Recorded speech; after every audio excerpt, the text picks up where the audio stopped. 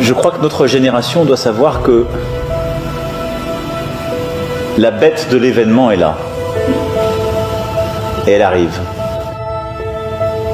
La bête de l'événement est là.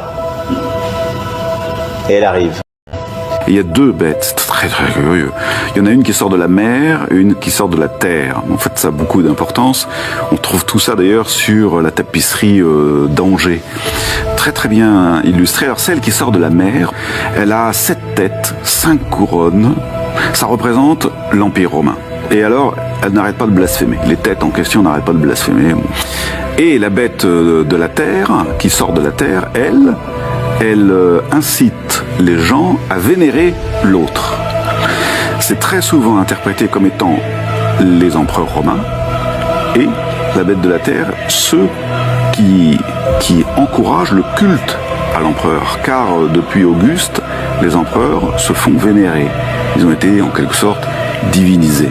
Alors quand dans les alphabets grecs ou hébreux, chaque lettre, enfin un certain nombre de lettres, correspondent à des chiffres. Et donc quand vous écrivez Néron, que vous le transcrivez en hébreu, vous avez un certain nombre de valeurs numériques. Quand vous additionnez ces valeurs numériques, ça vous fait 666.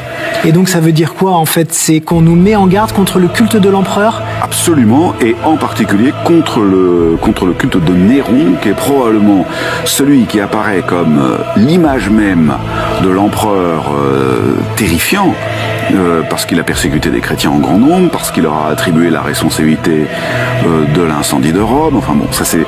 Et donc il est devenu l'image même de l'abomination pour les chrétiens.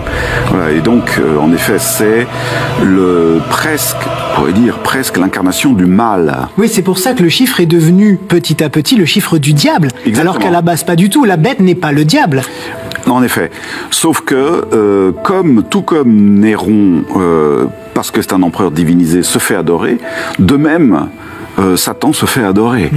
Voilà, alors au chapitre 13 de l'Apocalypse, il est donc dit que cette seconde bête qui fait adorer la première, en plus marque les adorateurs de ce chiffre.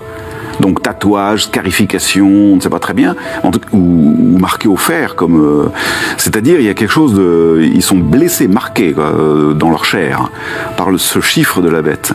C'est très impressionnant de lire ça. Et donc finalement ce chiffre 666, ça évoque ce combat spirituel que nous menons tous les jours, mais contre quoi finalement? Alors il y a un combat spirituel à vivre dans tout ce qui nous a servi. Voilà, tout ce qui tend à nous dominer, tel l'empereur, hein, il y a de l'emprise sur nous. Il y a quantité de choses qui sont nos maîtres, quoi. On en est même, on peut le dire, les esclaves. Mais ça peut être encore plus pervers que ça, parce que les addictions, on n'y voue pas un culte, alors que l'empereur, on y vouait un culte. Et il y a encore une nuance supplémentaire, la fortune. Voilà, pourquoi il y a des gens qui gagnent des millions et des millions et qui en veulent encore? Pourquoi? C'est de l'asservissement volontaire. Et c'est littéralement un culte à ce point.